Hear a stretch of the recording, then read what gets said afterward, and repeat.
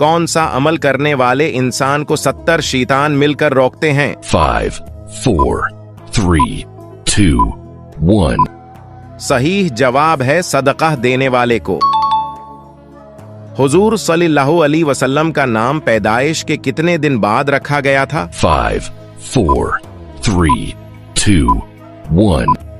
सही जवाब है 7 दिन बाद।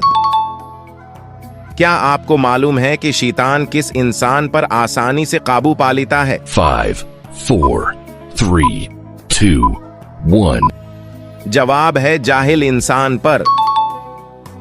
हजरत मोहम्मद सल्लल्लाहु अलैहि वसल्लम के पास कितने घोड़े थे? 5, 4, 3, 2, 1. सही जवाब है 7 घोड़े। क्या आपको मालूम है कि हुजूर सल्लल्लाहु अलैहि वसल्लम के पास कितने खच्चर थे? 5, 4, 3, 2, 1. दुरुस्त जवाब है 5 खच्चर।